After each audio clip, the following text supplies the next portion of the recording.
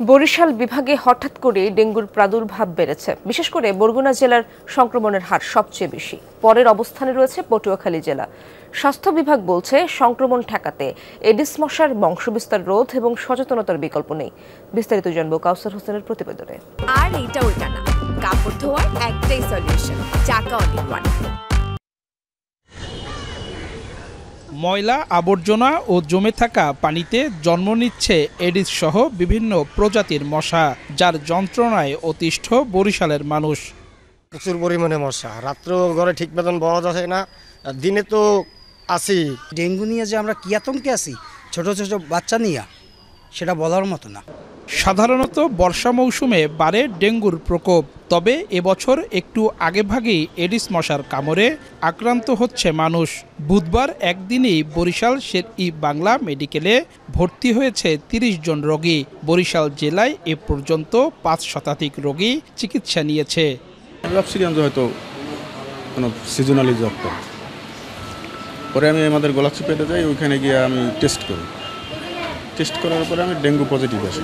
এ হলো আমার ছোট ভাই, তা ও হঠাৎ করে জ্বর হয়েছে, তো পরবর্তীতে আমরা এইখানে নিয়ে আসছি। টিকা তো একটা ভেরিয়েন্টের উপর হয়, তো যখন একটা ভেরিয়েন্টের উপর করে দেখা যায় সে আবার তার জাত চেঞ্জ করে, তার প্রকৃতি চেঞ্জ করে, নেচার চেঞ্জ করে, যার কারণে আসলে 100% মানে প্রতিরোধ ক্ষমতা সম্পন্ন টিকা আবিষ্কার করতে পারছে না।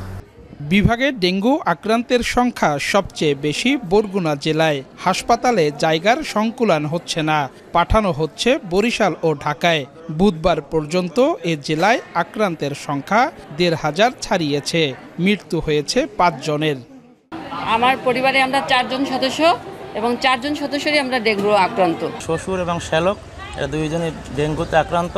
জুন মাসের এই পরিস্থিতিতে এসে এতখানি ডেঙ্গু রোগী কখনো এর আগে আমাদের মোকাবেলা করতে হয়নি। স্বাস্থ্য বিভাগের পরিসংখ্যান বলছে দেশে ডেঙ্গু আক্রান্ত মোট রোগীর ১/৩ বরগুনা জেলায়। এর কারণ হিসেবে নানা সমস্যার কথা বলছেন স্থানীয়রা। কাছে একটা খাল আছে, এই খালে পর্যাপ্ত পরিমাণে ময়লা ফালানো হয়, এই জন্য এখানে প্রচুর পরিমাণে মশা। যেহেতু হাইলি পপুলেটেড এরিয়া, সেহেতু এটা খুব র্যাপিডলি আমার মনে হচ্ছে সংক্রামিত হচ্ছে, তো এটা কারণ বলে আমি মনে করি। স্বাস্থ্য বিভাগের হিসাব অনুযায়ী ১ জানুয়ারি থেকে এ পর্যন্ত বরিশাল বিভাগে ডেঙ্গুতে আক্রান্ত হয়েছে ২,৪৮৬ জন, মৃত্যু হয়েছে ৭ জনের। দক্ষিণাঞ্চলে দ্রুত গতিতে বাড়ছে ডেঙ্গুতে আক্রান্তের সংখ্যা। প্রতিদিন হাসপাতালে আশঙ্কাজনক হারে ভর্তি হচ্ছে ডেঙ্গু রোগী। বিশেষজ্ঞরা বলছেন এডিস মশা প্রতিরোধে এখনই কার্যকরী পদক্ষেপ নেওয়া না হলে মহামারী আকার ধারণ করতে পারে ডেঙ্গু। কাউসার হোসেন, যমুনা নিউজ, বরিশাল।